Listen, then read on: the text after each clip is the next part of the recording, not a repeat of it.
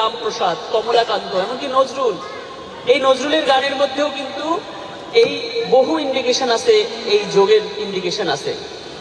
নজরুলের যদি আপনি গানগুলো দেখেন, কারণ সে এই যে 36 থেকে 42 এই সময়টাতে নজরুল এত তীব্রভাবে সেই বরদাচরণ মজুমদারের শিষ্যত্বে যেভাবে সে সাধনা করেছে, আমরা কয়জন বরদাচরণ মজুমদারের আমরা নাম জানি?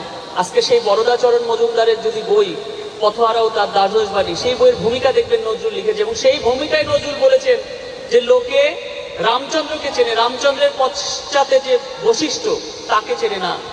ঠিক একইভাবে আমি নজরুলকে চেনে, কিন্তু আমার পশ্চাতে যে সেই একজন ব্রাহ্মণ যোগী পুরুষ, সেই বরদাচরণ মজুমদার, তার শক্তি, তার আশীর্বাদ, এটা কয়জনে জানে? এটা নিজে স্বীকার করেছেন যে তার শক্তি, তার যে মেধার, তার এই উৎস বরদাচরণ মজুমদার। তাহলে এই বিষয়গুলো আমি নিজে যখন নজরুলের উপর গবেষণা করতে গিয়ে আমি জানলাম, কিন্তু আমরা কিন্তু স্বাভাবিকভাবে অধিকাংশ মানুষই জানি না।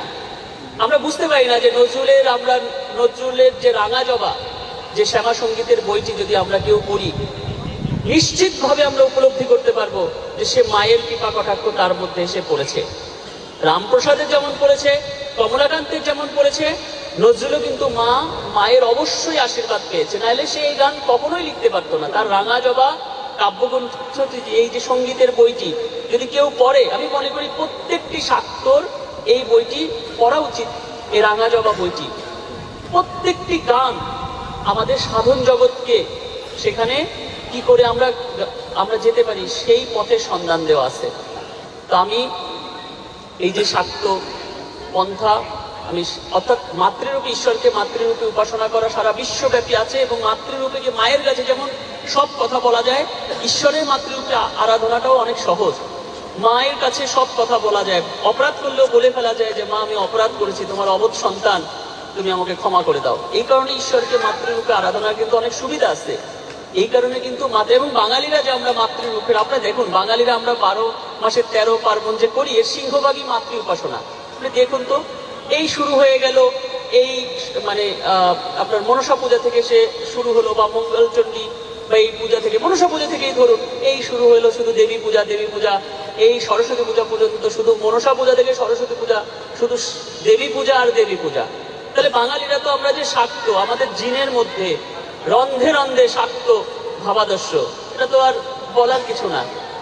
হ্যাঁ, তো আমি এই কারণে বলবো যে সেই শাক্ত ভাবনা সবার, এবং মায়ের প্রতি ভালোবাসা, এবং মায়ের শাস্ত্র গ্রন্থগুলো যেমন আমরা পাঠ করি, সেই বিষয়গুলো হলো। এবং আমি মহারাজকে ধন্যবাদ দেব, এবং যে তিনি এত সুন্দর করে আমাদের এই ক্রিয়া যোগের এই বিষয়গুলো শিখালেন। এবং আমি চটেশ্বরী পরিবারকে ধন্যবাদ দেবো, এবং অজয়কে ধন্যবাদ দেবো। আমি অন্য যারা আছে এই সাথে, মহারাজের সাথে আছে, রানু আছে, রনি আছে, আরো যারা আছে, আমি রোমারিওকে ধন্যবাদ দেবো, যেটা শুরুতে যে রোমারিও যে গানটি করেছে, যে আমি হিন্দু বলে গর্বিত, কি অসাধারণ! আমি অবাক হয়ে গেছি। আমি একটা শ্রীমঙ্গলে একটা প্রোগ্রামে গিয়েছিলাম, আমি প্রথমে বুঝতে পারিনি এটা রোমারিওর। এই গানটা গাওয়ার পর আমি মনে করছি ভারতের কোনো শিল্পী, যখন সাউন্ড সিস্টেমে বাজছিল, আমি টালমাটাল করে ফেলছিল, এরকম একটা বিষয়। তাহলে এরকম একটা গান সে যে লিখেছে, সুর দিয়েছে, গাইছে, এবং আমি ওই দিন দেখলাম ছোট ছোট বাচ্চারা ওই গানটা গাইতে পারে। তাহলে আমি মনে করি এরকম যদি প্রেরণামূলক গান যদি আরো লিখতে পারে, আমি আশীর্বাদ ওর প্রতি রইল। এবং এইভাবে কিন্তু একটা জাতিকে যদি আমরা বাঁচাতে চাই, এটা শুধু আন্দোলন সংগ্রাম না, সাংস্কৃতিক বিপ্লবও কিন্তু প্রয়োজন আছে। এবং এই সাংস্কৃতিক বিপ্লব যদি কোনো সোসাইটি না হয়, যে বাংলায় যে রেনেসা আসছে, যে 19th সেঞ্চুরিতে যে রেনেসা এসেছে, রাজারাম মোহন রায়, ঈশ্বরচন্দ্র বিদ্যাসাগর, রবীন্দ্রনাথ, সবাই মিলেমিশে একটা কম্বিনেশন হয়ে, একটা প্যাকেজ হয়ে বাংলাকে এই পথ দেখিয়েছে।